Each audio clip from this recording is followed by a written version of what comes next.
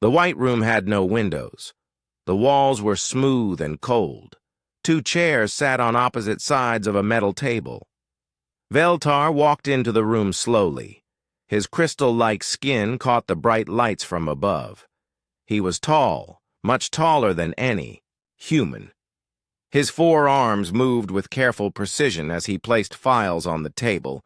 Across from him sat Kim Dae-ho. The human looked tired. Very tired. His uniform was clean now, but Veltar could see old scars on his hands and face. The human's dark eyes watched every move Veltar made. Those eyes held something that made Veltar uncomfortable. They held memories of things that should not be possible. Veltar had been a soldier for over 200 years. He had fought in 37 different wars across the galaxy. He had commanded troops on 100 battlefields. He thought he understood war. He thought he understood death. He thought he understood fear. But the war with humans had changed everything he believed. "Sergeant Kim Dae-ho," Veltar said in careful English. His voice made a strange humming sound. "I am Commander Veltar of the Galactic Council Investigation Unit. I need to ask you some questions." Kim Dae-ho said nothing. He just stared at Veltar with those dark, quiet eyes. Veltar opened the first file. Inside were pictures from battlefields, pictures that made no sense, pictures that showed impossible things. "These reports say that 43 human soldiers held position against over 800 of our troops for 6 days. Our troops had better weapons, better armor, better training. How is this possible?" The human still said nothing. Veltar tried again. "Your people lost the war, Sergeant. Your planet Earth has surrendered. Your colonies are under our control. There is no point in staying quiet now." Kim Dae-ho spoke for the first time. His voice was rough and low. "Did we lose?" The question made Veltar pause. Yes, humanity had surrendered. But something about the way this human asked the question made Veltar think. Made him remember things he did not want to remember. "The Galactic Council now controls all human territory," Veltar said carefully. "That's not what I asked," Kim Dae-ho said. "I asked if we lost." Veltar looked at the files again. Inside were reports that still gave him nightmares. Reports of battles where his people had won, but felt like they had lost everything. Reports of victories that felt like defeats. Reports of human soldiers who kept fighting when they should have been dead. "I was there," Veltar said quietly. "I commanded troops in the Battle of Iron Ridge. I saw what your people did. For the first time?" Kim Dae-ho looked interested. "Iron Ridge? You were at Iron Ridge?" "I led the attack," Veltar said. "We surrounded the human mining station. 40 humans against 800 of my best soldiers. It should have been over in 1 hour. But it wasn't," Kim Dae-ho said. "No, it wasn't." Veltar's 4 hands moved nervously. "Your captain, Park Jin-woo, refused to surrender. We offered good terms. Safe passage for civilians. Medical care for wounded. He said no." "Of course he said no," Kim Dae-ho said simply. "Why?" Veltar asked. "Why would he choose death for his people when he could choose life?" Kim Dae-ho was quiet for a long moment. Then he said, "You don't understand humans at all, do you?" Veltar had studied human military tactics for months after Iron Ridge. He had read every report about human behavior in combat. He had interviewed soldiers who had fought humans and survived, but he still did not understand. "Explain it to me," Veltar said. "You really want to know?"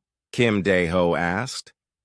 "Yes." Kim Dae-ho leaned forward in his chair. Your people fight to win. Humans fight to protect. That makes no sense, Veltar said. Fighting to protect and fighting to win are the same thing. No, Kim Dae-ho said. They are not the same thing at all. Veltar opened another file. This one had pictures of Lee Hana. She was the human staff sergeant who had been at Iron Ridge. In the pictures, she was operating a plasma cannon with her left arm completely broken. Her right shoulder was bleeding heavily, but she kept firing. This woman, Veltar said, pointing at the pictures. She was badly hurt. Why didn't she stop fighting? Why didn't she ask for medical help? Because her friends were still fighting, Kim Dae-ho said. Her friends were dying, Veltar said. She could have lived if she had stopped. Her friends would have died faster if she had stopped, Kim Dae-ho said. Veltar stared at the human. This is exactly what I don't understand. Your people choose death over life. You choose pain over safety. You choose the hard way when the easy way is right there. We choose what matters, Kim Dae-ho said. Death matters? Veltar asked. Sometimes, Kim Dae-ho said. When death means something.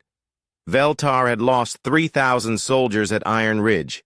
They had finally taken the mining station after 6 days of fighting. But when it was over, his troops were broken. They were afraid. They had nightmares about humans who would not stop fighting. Humans who treated terrible wounds like small problems. Humans who smiled when they were dying. My soldiers, Veltar said slowly. They had never seen anything like your people before. I bet they hadn't, Kim Dae-ho said. They started having bad dreams. They would wake up screaming about humans who fought like machines but died like heroes. We're not machines, Kim Dae-ho said. No, Veltar agreed. Machines are easier to understand. Veltar closed the files. I need to understand this. My people need to understand this. How do 40 humans fight 800 trained soldiers for 6 days? How do humans keep fighting with broken bones and terrible wounds? How do humans smile when they are about to die? Kim Dae-ho was quiet for a long time. Finally, he said, You want to understand humans? Yes. Then you need to understand something first. We don't fight because we like fighting. We don't fight because we're brave. We don't even fight because we want to win. Then why do you fight? Veltar asked. Kim Dae-ho looked directly into Veltar's crystal eyes. We fight because someone has to. And if we don't fight, who will protect the people who can't protect themselves? Veltar felt something cold move through his body. This answer was somehow more frightening than any weapon he had ever faced. Tell me about Iron Ridge, Kim Dae-ho said. Tell me what you saw. Tell me what really happened. Veltar looked at the human sitting across from him. This tired, scarred man who spoke about fighting like other people spoke about breathing. And Veltar realized that maybe, just maybe, he was about to learn something that would change everything he thought he knew about war. Veltar's 4 hands moved as he remembered. His crystal skin changed color slightly, becoming darker. This always happened when he thought about Iron Ridge. When he thought about the things he had seen there. Iron Ridge was supposed to be easy, Veltar said. The humans had built a mining station on Kepler 442b. It was a small operation, maybe 300 people total. Most of them were not soldiers. Kim Dae-ho listened without saying anything. Our intelligence said there were only 40 human soldiers protecting the station, 40 against my 800. We had better weapons, better armor, better ships. The math was simple. Math is never simple when humans are involved, Kim Dae-ho said quietly. Veltar continued. I sent a message to Captain Park Jin-woo. I told him to surrender. I promised that no one would be hurt. The civilians could go home. The soldiers would be treated well as prisoners. It was a good offer. What did Captain Park say? He said no, just no. No explanation, no discussion, just no. Veltar's skin became even darker. I thought he was being foolish.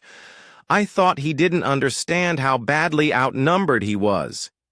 He understood, Kim Dae-ho said. How do you know?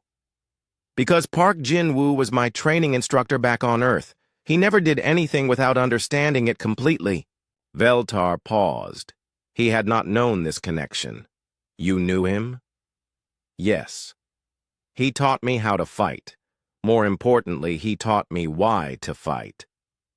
Veltar opened another file. Inside were tactical maps of Iron Ridge. We surrounded the station completely. No way in or out. We cut their power. We cut their communications. We cut their water supply. Standard siege tactics. But the humans didn't surrender, Kim Dae-ho said. No. They started fighting back immediately, but not the way we expected. Veltar pointed to marks on the map. They didn't try to break out. They didn't try to call for help. They just waited. They were buying time, Kim Dae-ho said. Time for what? There was no rescue coming. We had destroyed their communication equipment. Kim Dae-ho smiled. It was not a happy smile. You thought you had destroyed their communication equipment. Veltar felt that cold feeling again. What do you mean? Humans are good at making things work even when they're broken, especially when they're broken. Veltar remembered the first attack. His troops had advanced carefully, using standard formations. They expected the humans to retreat to the center of the station. Instead, the humans had done something impossible. Staff Sergeant Lee Hanna was operating a defensive position on the south wall, Veltar said. My troops hit her position with everything we had. Plasma cannons, explosive rounds, everything. The wall was completely destroyed. But Lee Hanna wasn't, Kim Dae-ho said. No, she wasn't. When my soldiers reached the position, she was still there, still fighting. Her left arm was broken. Her right shoulder was bleeding, but she was still operating a plasma cannon. Kim Dae-ho nodded. That sounds like Lee Hanna. My soldiers didn't know what to do. In our military, when a soldier is badly wounded, they retreat for medical care. It's the smart thing to do, the logical thing to do. Humans aren't always logical, Kim Dae-ho said. She should have been unconscious from pain. She should have been in shock from blood loss. But she kept firing. She kept killing my soldiers. Veltar's voice became quieter. My troops started to panic. Why? Because nothing in their training had prepared them for this. They had never seen a warrior who fought harder after being wounded. Veltar pulled out another photograph. This one showed Private Oh Sang-min. He was very young, maybe 20 years old. This human was guarding the north entrance. When my troops attacked, he should have fallen back. Instead, he charged forward. Oh Sang-min was always brave, Kim Dae-ho said sadly. He ran straight into my soldiers. He had no backup, no support, no chance of survival, but he kept running toward them, firing his weapon. Did he stop your attack? Yes. For almost an hour, one human stopped an entire company of my best soldiers. Veltar's skin was almost black now. He died, of course. But by the time we got past him, the other humans had prepared new defensive positions. Kim Dae-ho was quiet. This happened over and over, Veltar continued. Every position we attacked, the humans fought like this. They never retreated. They never asked for quarter. They just kept fighting until they died. And that scared your soldiers, Kim Dae-ho said. Yes, it scared them badly. My troops are professional soldiers. They've fought in many wars, but they had never seen anything like this. Veltar remembered the second day. His soldiers had started making mistakes. They were jumping at shadows. They were firing at nothing. They were afraid to advance, even when the way was clear. On the third day, Veltar said, I lost a full squad to one human woman. Who? I never learned her name. She was operating some kind of maintenance equipment. When my soldiers entered that section of the station, she used the equipment to collapse the ceiling on them. Did she survive? No. She was crushed with my soldiers, but she killed 12 of my best troops with mining equipment. Kim Dae-ho closed his eyes. She probably had children back home. How do you know? Because that's the kind of thing a mother would do. Protect others, even if it costs everything. Veltar didn't understand this logic. In his culture, parents were more careful about their own lives. They had responsibilities to their children.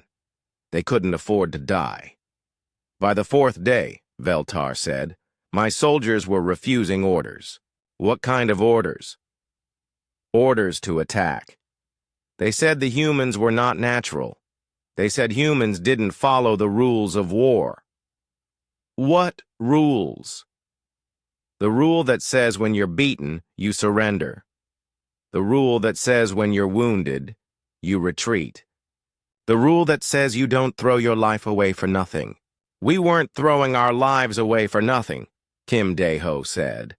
Then what were you doing? Kim Dae-ho opened his eyes. We were buying time for the civilians to escape. Veltar stared at him. What civilians? We had the station surrounded. No one could escape. You had the main exit surrounded, but humans are good at finding other ways out. Impossible. Our sensors would have detected any movement. Kim Dae-ho smiled again. That same sad smile. Your sensors were looking for normal movement. They weren't looking for people crawling through mining tunnels that went down 3 miles into the planet. The cold feeling in Veltar's body became worse.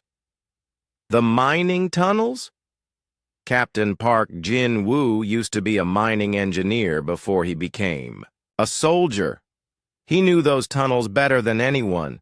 You mean, every hour we held Iron Ridge was another hour for families to escape through the tunnels.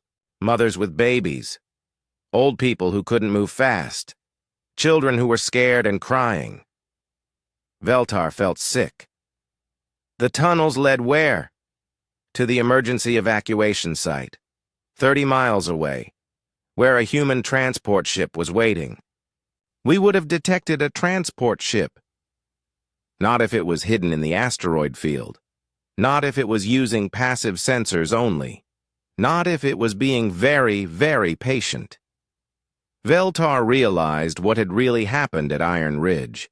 The 40 human soldiers had never expected to win. They had never expected to survive. They had only expected to buy time. Time for people who couldn't fight to get away safely. How many civilians escaped? Veltar asked. All of them, Kim Dae-ho said. Every single one. 260 people, including 43 children under the age of 10. Veltar sat back in his chair. For 6 days, he had been fighting. A battle he had already lost. For 6 days, 40 human soldiers had died one by one to save people they would never see again. The transport ship, Veltar said. When did it leave? About 2 hours before you finally took the station. Veltar remembered those last 2 hours. His soldiers had finally broken through the human defenses. They had found Captain Park Jin-woo in the command center. He was badly wounded but still alive, still trying to operate the communication equipment. What was Captain Park doing in those last hours? Veltar asked. Probably trying to contact the transport ship to make sure everyone got away safely. And when he knew they were safe? Kim Dae-ho looked directly at Veltar. Then he could finally rest. Veltar remembered finding Captain Park Jinwoo. The human had been sitting in his command chair, looking at a small photograph. It showed a woman and two small children. When Veltar's soldiers had entered the room, Captain Park had looked up and smiled. Mission accomplished, Captain Park had said. Then he had died. Veltar had thought the human was being sarcastic. Now he understood. Captain Park Jinwoo had accomplished exactly what he had set out to do. Kim Dae-ho was quiet for a long time after Veltar finished his story about Iron Ridge. Then he spoke. "You want to know what really scares your people about humans?" Kim Dae-ho asked. "Yes," Veltar said. "It's not that we fight hard. Lots of species fight hard. It's not that we don't surrender easily. Other species are stubborn too. Then what is it? It's that we study you. We learn how you think, and then we use that knowledge to break you." Veltar's crystal skin flickered. "What do you mean? Tell me about your species, Veltar. What do you value most?" "I don't understand the question." "Yes, you do. In your culture, what is the most important thing? What do your people care about more than anything else?" Veltar thought carefully. "Individual achievement, personal honor, living long enough to pass on our knowledge to the next generation." "Exactly," Kim Dae-ho said. "Your people fight to survive. You fight to win honor. You fight to accomplish personal goals." "That is logical," Veltar said. "Maybe, but it's also a weakness." "How is survival a weakness?" Kim Dae-ho leaned forward. "Because when your soldiers see their friends dying for no personal gain, they start to question why they're fighting at all." Veltar felt uncomfortable. This human was describing things that had happened during the war. Things that Veltar had seen but never understood. "Let me tell you about the Seoul Offensive," Kim Dae-ho said. "That's when your people really learned to fear us." "I read the reports about Seoul," Veltar said. "Your forces were outnumbered 5-1. You should have been completely destroyed." "We were completely destroyed," Kim Dae-ho said. "But that wasn't the point." "Then what was the point?" "The point was to make your soldiers understand what they were really fighting." Kim Dae-ho closed his eyes, remembering. Colonel Choi Min-seok was in command of human forces in New Seoul Colony. When your fleet arrived, he could have evacuated. He had enough transport ships to get most of his soldiers away safely. Why didn't he? Because there were still civilians in the city, 40,000 people who couldn't be evacuated in time, old people, sick people, children, people who had nowhere else to go. So he stayed to fight a battle he couldn't win. He stayed to buy time for those people to find shelter and to teach your soldiers something important. Veltar didn't understand. Teach them what? That humans don't just fight for humans. We fight for anyone who needs protection. Kim Dae-ho opened his eyes. Your troops landed in New Seoul expecting to fight soldiers. Instead, they found something much more dangerous. What? They found humans protecting alien civilians. Veltar's skin went completely white. That's impossible. No, it's not. There were about 5,000 non-humans living in New Seoul. Traitors, diplomats, refugees from other wars. When your forces attacked, these aliens had nowhere to run. What did the humans do? They protected them, just like they protected their own people. Veltar stared at Kim Dae-ho. But those aliens weren't even human. They had no connection to your species. Why would you risk your lives for them? Because they needed help, Kim Dae-ho said simply. That makes no sense, Veltar said. It makes perfect sense. It just doesn't make sense to you. Kim Dae-ho continued his story. Major Han So-young was in charge of the civilian evacuation. She had 24 hours to move 40,000 people to underground shelters. The problem was your forces kept bombing the evacuation routes. Standard military tactics, Veltar said. Yes, but Major Han So-young had studied your military tactics. She knew your people would target evacuation routes. So she did something your people didn't expect. What? She sent human soldiers to draw your fire away from the civilians.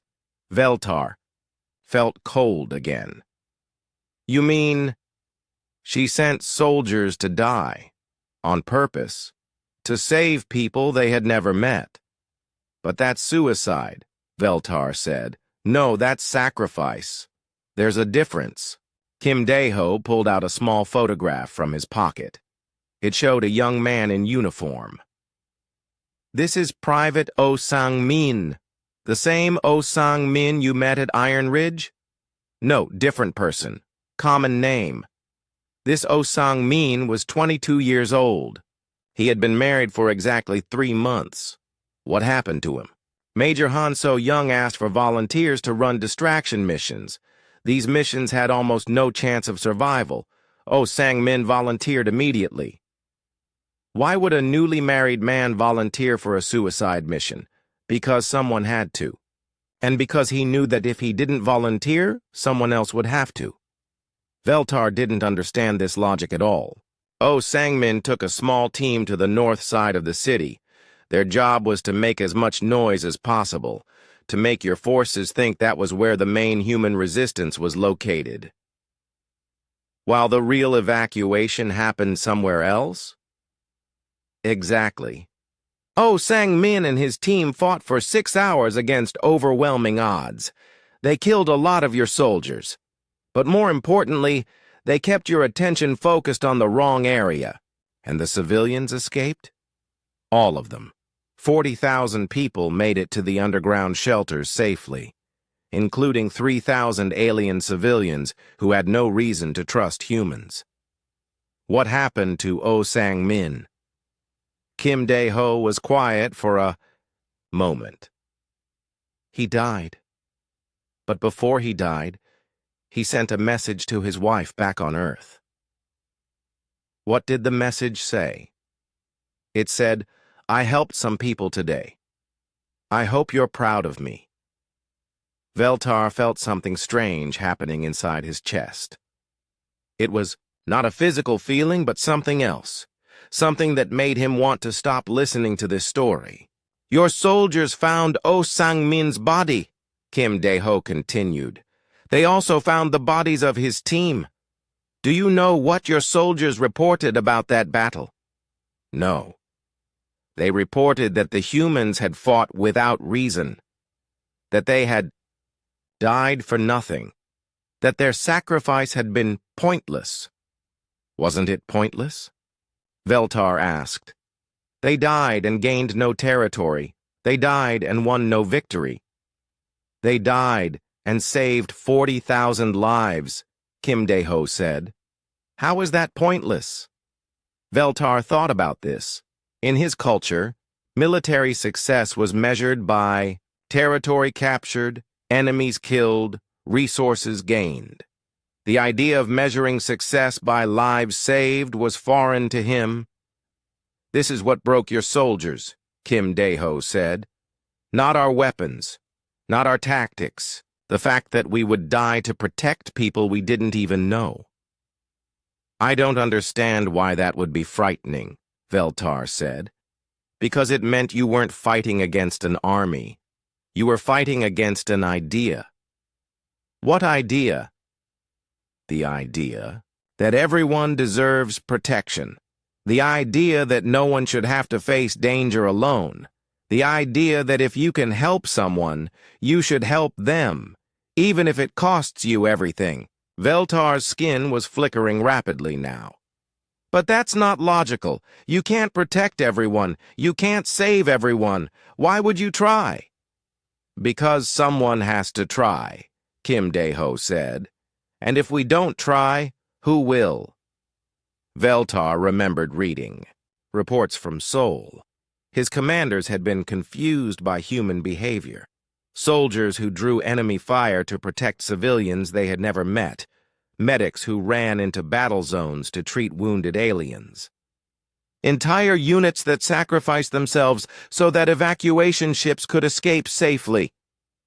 Your soldiers started having breakdowns, Kim Dae-ho said, not because they were losing battles, but because they couldn't understand why they were winning. Them? What do you mean? Every time your forces killed a human, they found evidence that the human had been trying to protect someone else. Letters to family, pictures of children, medical supplies for wounded civilians, food saved for hungry. Refugees. Veltar nodded slowly. He had seen these reports. Your soldiers started to realize that they weren't fighting against an enemy army. They were fighting against people who were trying to help other people. But war is war, Veltar said. Soldiers fight soldiers. Yes. But your soldiers had never fought against soldiers who cared more about protecting others than protecting themselves. Kim Dae-ho looked directly at Veltar. That's when your people learned the most important thing about humans. What? We're not scary because we're good at killing. We're scary because we're good at dying for the right reasons. Veltar's crystal hands were shaking now. Kim Dae-ho's words about dying for the right reasons had struck something deep inside him. But he had one more story to tell. One more battle that still gave him nightmares. There was one more battle, Veltar said quietly. One that was worse than all the others. Titan Station? Kim Dae-ho asked. Veltar's skin went completely dark. How did you know? Because that's where Commander Nam Hyun-jung was stationed. And she was the best at what she did. What did she do? She turned places into traps. She turned buildings into weapons. She turned home into hell for anyone who didn't belong there. Veltar opened his last file. Inside were blueprints of Titan Station, humanity's largest military installation. It orbited around Saturn, a massive structure that housed 50,000 people. Our intelligence said the station was lightly defended, Veltar said. Most of the human fleet had been destroyed in earlier battles. We thought there might be a few hundred soldiers left on the station. How many were actually there? Kim Dae-ho asked. We never found out exactly. Maybe 1,000, maybe less. But numbers didn't matter at Titan Station. Why not? Because Commander Nam Hyun-jung had turned the entire station into a weapon. Veltar remembered approaching Titan Station with his fleet. It had looked almost abandoned. Most of the lights were off. There were no ships defending it, no weapons firing at them. It seemed like an easy target. We docked without any resistance, Veltar said. Our first teams went aboard expecting to find a surrender ceremony. Instead, they found nothing. Nothing. Empty corridors. Empty rooms. It was like everyone had just vanished. Kim Dae-ho nodded. That was the plan. What plan? To make your soldiers feel safe. To make them think they had already won. To make them spread out through the station looking for people to capture. Veltar's voice became quieter. It worked. My soldiers split into small groups to search the station faster. That's when the killing started. Tell me what happened. The first team to die was searching the power plant section. 5 of my best commandos. They entered a room that looked completely normal. But when they stepped inside, the door sealed behind them. And then, the room filled with superheated steam. They died in less than 10 seconds. Kim Dae-ho was listening, carefully. The next team died in the mess hall. They sat down to examine some documents they had found. The chairs they were sitting in were rigged with small explosive charges. Not enough to damage the room, but enough to kill anyone sitting in them. Commander Nam Hyun-jung was very precise, Kim Dae-ho said. The third team died in a corridor. They were walking in single file when the floor gave way beneath them. But it wasn't an accident. Someone had weakened specific floor panels. The panels that would break under the weight of my soldiers, but not under the weight of humans.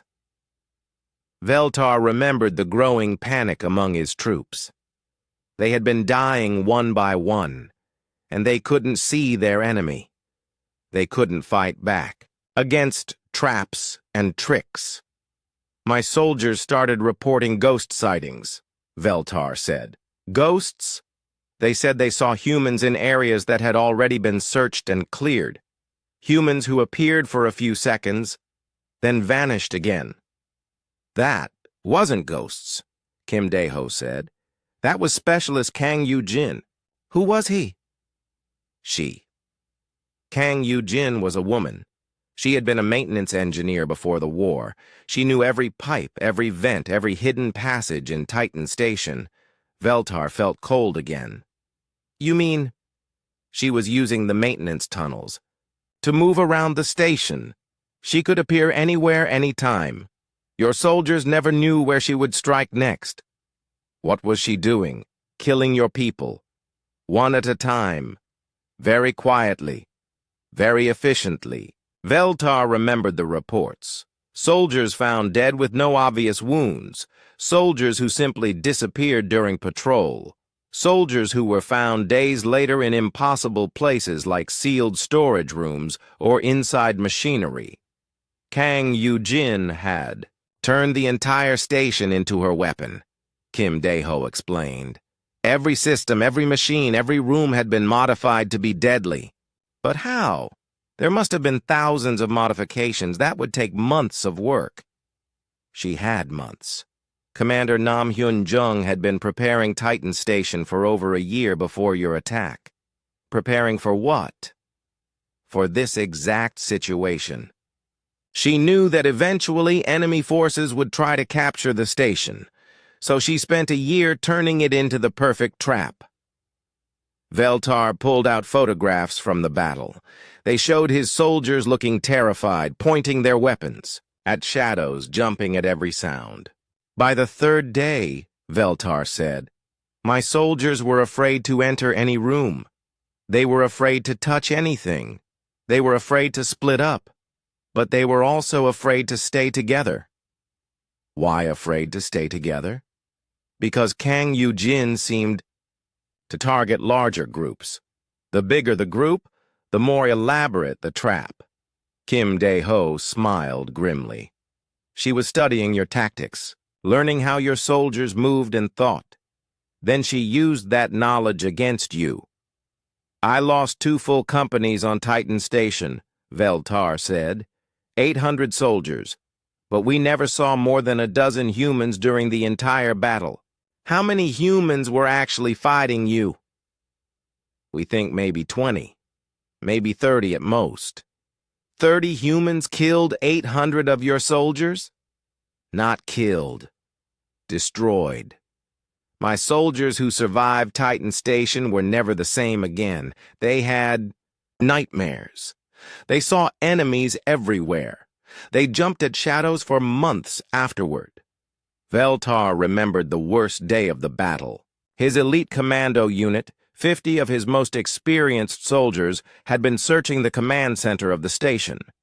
Commander Nam Hyun-jung was waiting for them, Veltar said. What happened? She had rigged the entire command center with traps, but not deadly traps. Something worse. Worse than deadly? She had rigged it with recordings. Kim Dae-ho looked confused. Recordings of what? Voices. The voices of the families my soldiers had left behind, wives calling for help, children crying for their fathers, parents asking why their sons had gone to war. Veltar's skin was flickering rapidly now. The recordings played on every speaker in the command center. My soldiers couldn't turn them off. They couldn't escape them. Psychological warfare, Kim Dae-ho said. My commandos started breaking down. Some of them threw down their weapons. Some of them started crying. Some of them tried to destroy the speakers, but there were too many. And while they were distracted, Commander Nam Hyun-jung appeared, just walked out from behind a control panel where she had been hiding. She was carrying a simple rifle. Nothing special, nothing high-tech. What did she do? She started talking to my soldiers. Talking? She knew all their names.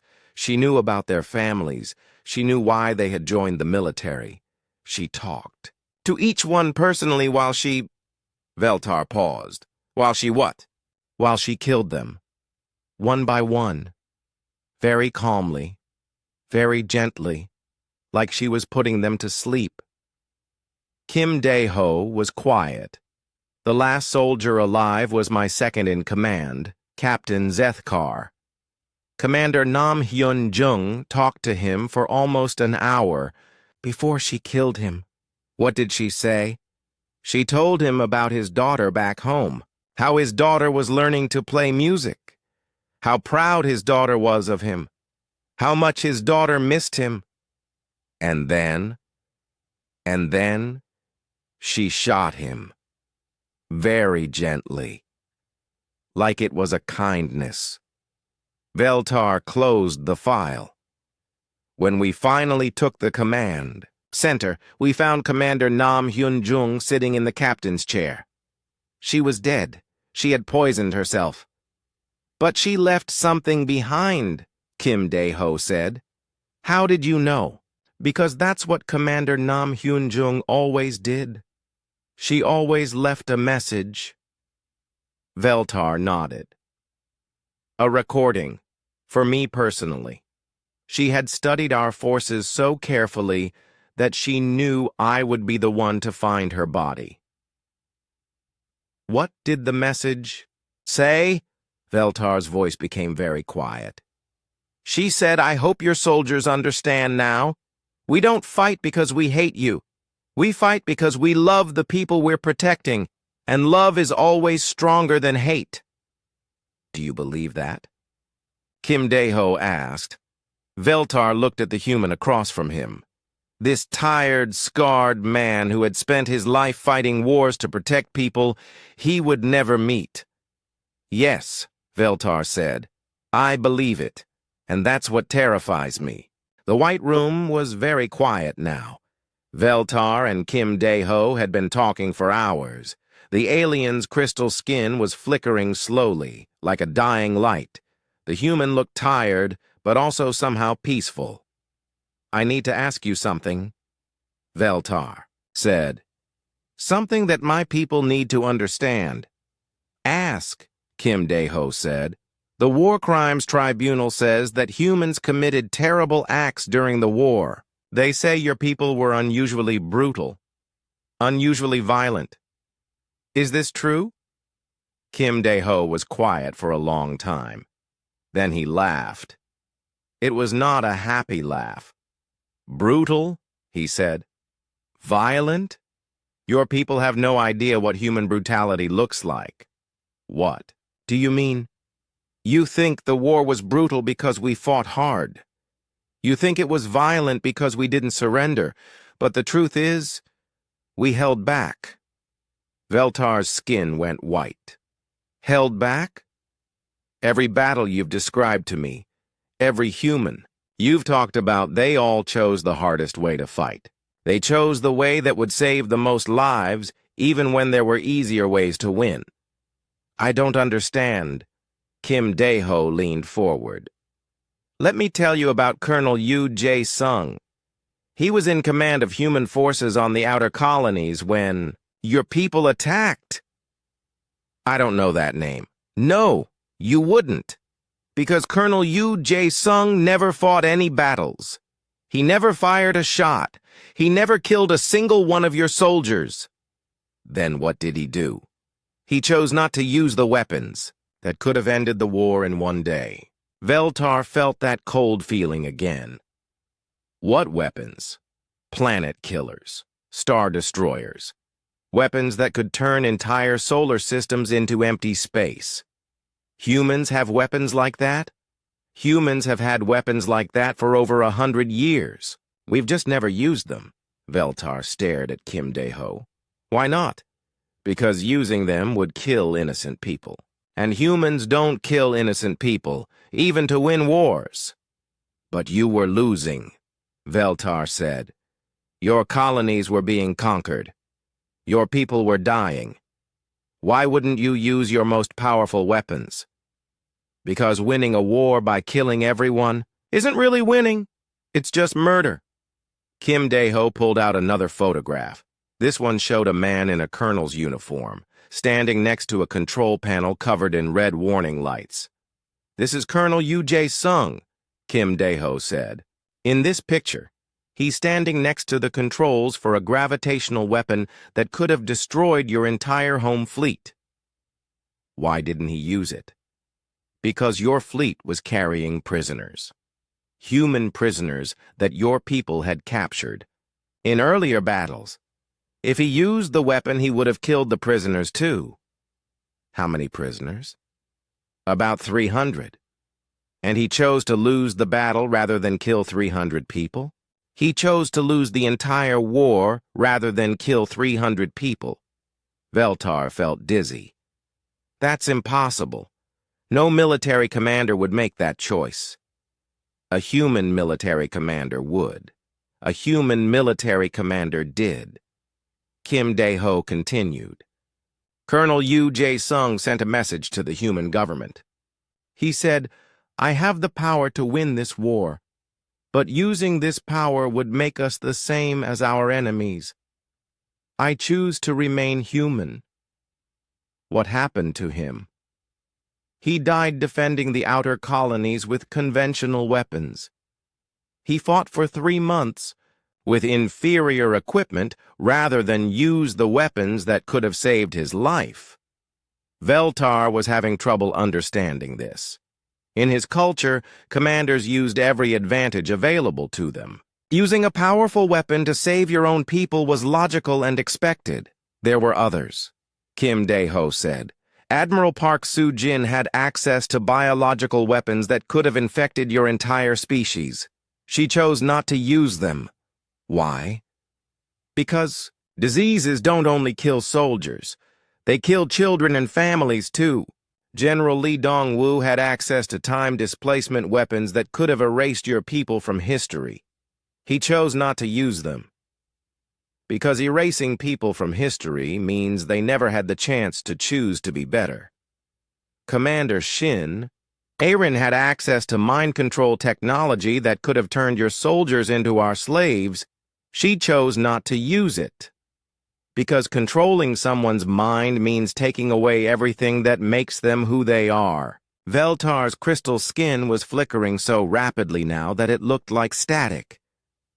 You're telling me that humans could have won the war easily but chose not to? I'm telling you that humans could have ended the war without fighting at all, but we chose to fight the hard way. Why? Because the easy way would have destroyed everything we were trying to protect. Kim Dae-ho stood up and walked to the wall of the white room. He pressed his hand against the smooth surface. You want to know what really happened during the war? He asked. Yes. Your people attacked our colonies because you thought humans were weak. You thought we were just another species that could be conquered and controlled. That's true. But when you started fighting us, you discovered something that terrified you. What? Kim Dae-ho turned around. You discovered that humans don't fight to conquer. We fight to protect. And there's a big difference. Explain. When you fight, to conquer, you want to take things, land, resources, power. When you win, you get something valuable. Yes. But when you fight to protect, you're not trying to take anything. You're trying to keep things safe. When you win, you don't get something new. You just keep what you already had. Veltar thought about this. That's why your soldiers broke down, Kim Dae-ho said. They were fighting against people who didn't want anything from them, people who just wanted to be left alone. But humans fought back. Humans killed our soldiers. Yes. Because your soldiers were threatening people who couldn't protect themselves. Kim Dae-ho sat back down. Let me ask you something, Veltar.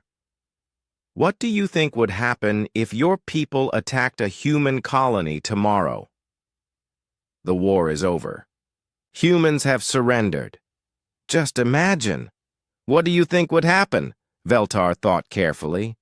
I think humans would fight back the same way they fought before, even though you've already conquered them?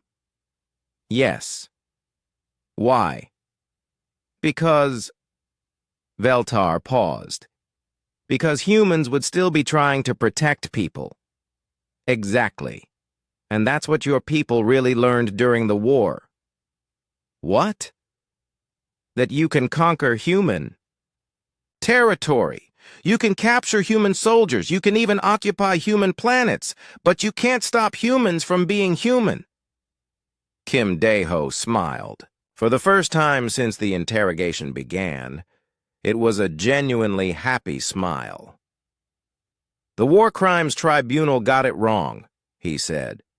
They think humans are dangerous because we're good at violence. But the truth is, humans are dangerous because we're good at love. Love? Love for our families. Love for our friends. Love for people we've never met. Love for people who aren't even the same species as us. Veltar remembered all the battles he had fought against humans. All the times human soldiers had died protecting people they didn't know. All the times humans had chosen the harder path, because it was the right path. When Captain Park Jin-woo refused to surrender at Iron Ridge, Kim Dae-ho said, he wasn't being stubborn, he was being loving. When Oh Sang-min volunteered for the suicide mission in Seoul, he wasn't being reckless. He was being loving. When Commander Nam Hyun-jung turned Titan Station into a trap, she wasn't being cruel. She was being loving. And when Colonel Yoo Jae-sung chose not to use planet-killing weapons, he wasn't being weak. He was being loving. Veltar understood now. Finally, he understood. Your people didn't lose the war because you weren't strong enough, Veltar said slowly. You lost the war because you were too strong. What do you mean? You were strong enough to choose love over hate. Strong enough to choose protection over conquest. Strong enough to choose the hard way over the easy way. Kim Dae-ho nodded. And that's something your people never expected. To face in battle. No. We expected to fight soldiers. We found ourselves fighting saints. We're not saints, Kim Dae-ho said. We're just people who believe that everyone deserves to be protected. Veltar stood up. The interrogation was over, but more than that, his understanding of the universe had changed completely. What will you tell your superiors? Kim Dae-ho asked. I will tell them the truth, Veltar said. I will tell them that humans are not our enemies. Humans are our conscience. And what does that mean? It means that as long as humans exist, the galaxy will always have someone watching. Someone who will fight to protect the innocent. Someone who will choose love over hate, even when it costs them everything. Veltar walked toward the door. Then he stopped and turned around. Sergeant Kim Dae-ho? Yes? Thank you. For what? For helping me understand what it means to be human. As Veltar left the White Room, he realized that the war was not really over. It would never be over. Because somewhere in the galaxy, humans would always be fighting to protect someone who needed protection. And that thought, which should have been terrifying, was somehow the most comforting thing he had ever known.